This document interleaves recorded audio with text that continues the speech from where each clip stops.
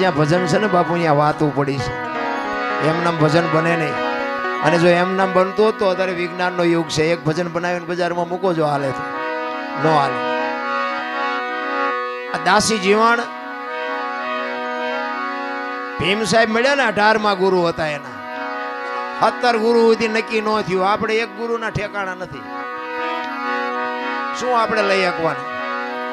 દાસી જીવનને ભીમ સાહેબ મળ્યા 18માં ગુરુ, અને એ ભીમ મળ્યા પછી ભ્રમણા ભાંગી ખારું. હું તો હજી અવળો જ હેલો જતો.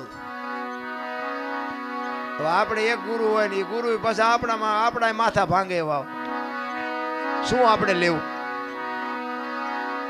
વેદના તો હોવી જોઈએ બાપુ. તન મન ધન જો તમે સદગુરુને હોંપ્યું હોય અને સદગુરુ મહારાજ ભાઈ તમને માગતા ન આવડે અને સદગુરુને દેતા ન આવડે તો ગુરુ શિષ્યના નાતાને કરવાના શું ભલામણ?